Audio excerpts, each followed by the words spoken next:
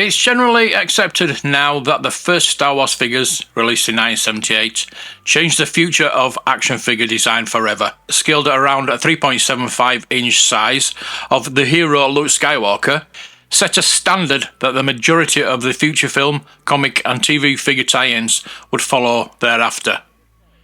In 1978, having underestimated demand for the film, merchandise in 1977, rush releases of Jigsaw's board games, stationery, and the infamous early bird kit for Christmas 1977, the first action figures and vehicles finally hit the shelves.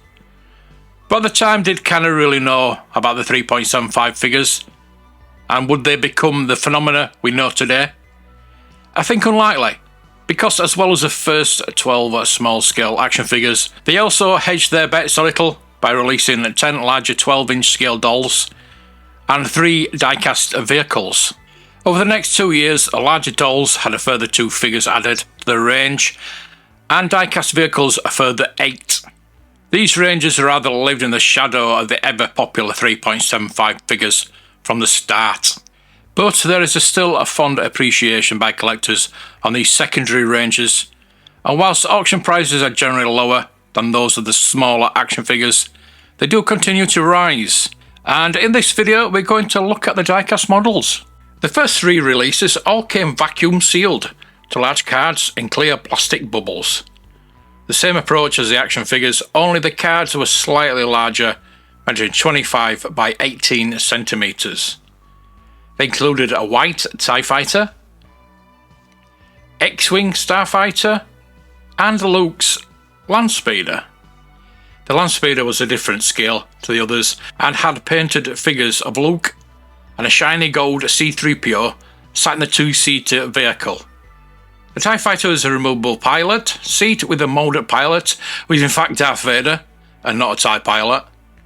A strange choice and not the first time this would happen. The X-Wing had orange moulded Luke pilot in the cockpit and was not removable, but the vehicle did have an opening canopy and its X-Wings could be set in a closed or open ready for battle position. Although collectors refer to these as the die-cast range, it should be pointed out that these subsequently releases were actually a combination of both metal and plastic, or high-impact plastic as the packaging would state. These cards had a similar reverse side to the action figures, showing the first 12 figures in the photo format rather than the first 12 artwork, 3 vehicles, action figure vehicles, not the die-cast for some reason, and 3 handheld toy weapons.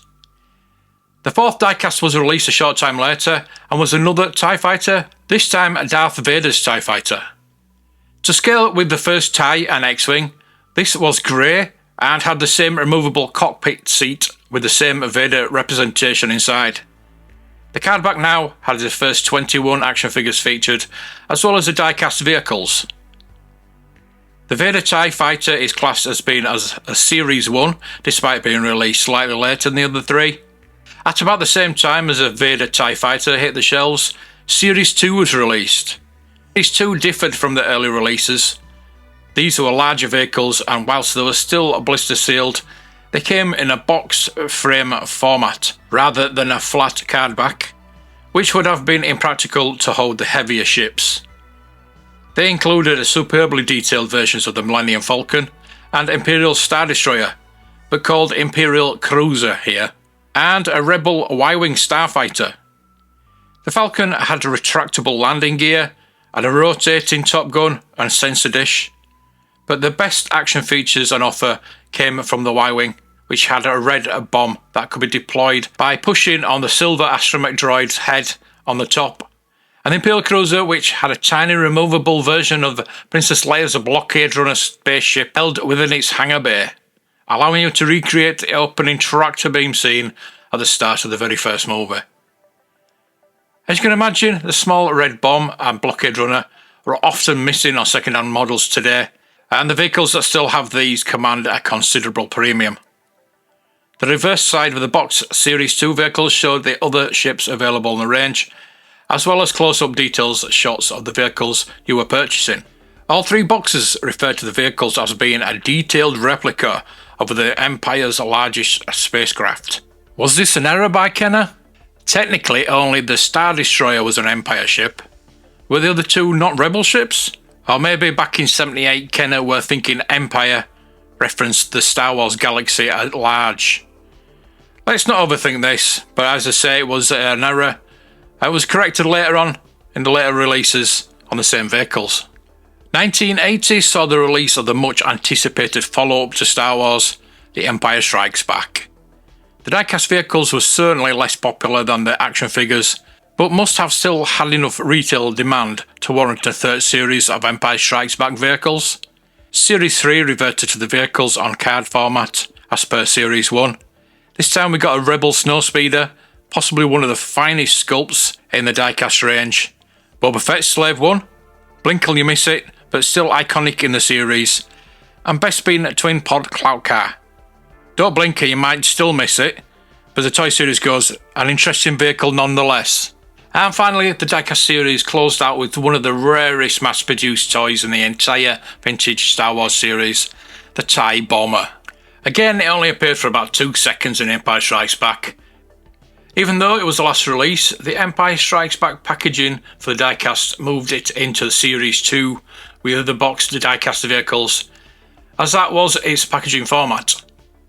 It's considered rare and is believed about only 75,000 were ever produced. Is that rare? In vintage Kenner Star Wars terms, yes. It's been discussed in fan forums as to whether this was a department store exclusive or a limited release on a test run in stores in Cincinnati, home of Kenner's headquarters. Both theories sound plausible, but the fact that the TIE Bomber was added to the reverse of all the Empire Strikes Back packaging cards and boxes suggests it was a planned and a long-term member of diecast range. More likely the first publication run was 75,000. Subsequent runs were possibly worldwide release were expected to follow, but the diecast range was pulled shortly after the first wave of TIE Bombers made it to the stores. As for the model itself, it's a nice sculpt. No real action features, but surely the Y-Wing bomb feature could have been replicated. It's finished in white, like the first TIE Fighter release. Early prototype photos show it more film-accurate grey. And the pilot was again not a TIE pilot, but instead a Hoth Stormtrooper is at the controls. A strange choice. Maybe a black plastic pilot would have spoiled the dynamics of the nearly all-white body of the ship, and white was more in keeping with the overall aesthetics. Of all the 11 diecast vehicles, there were very few variants within the production releases. Unless you want to get into the real nitty-gritty of the letter spacing or the country origin and the manufacturer's stamp details. No, I don't.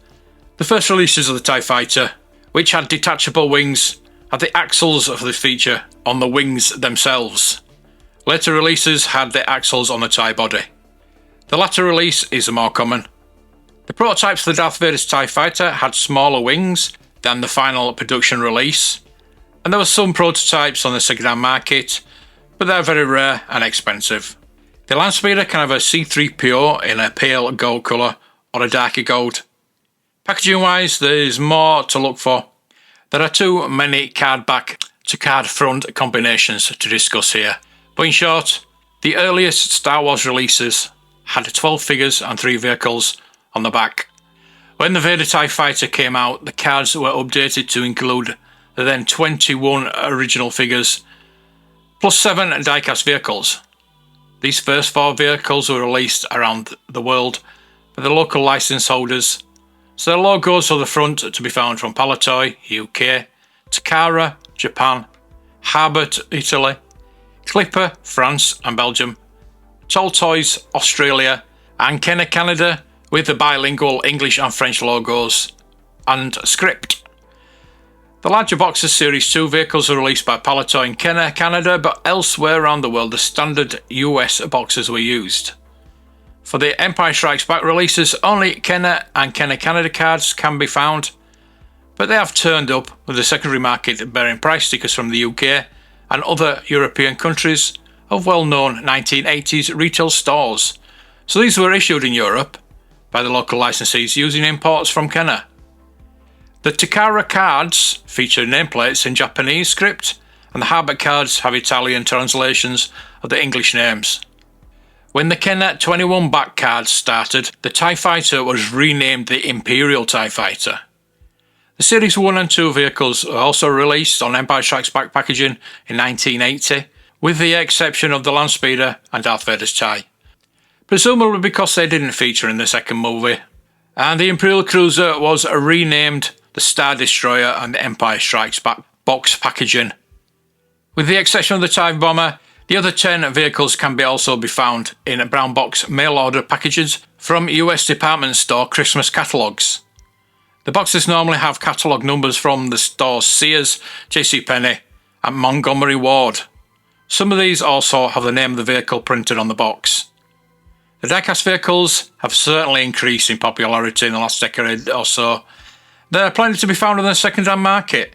And like most diecast toys, condition can vary greatly, with paint chips, dents and missing plastic parts all too common, but allowing for real entry-level prices. And these were perhaps less popular than the action figures. Several boxed and unopened carded versions can also still be found, particularly on the first Star Wars releases.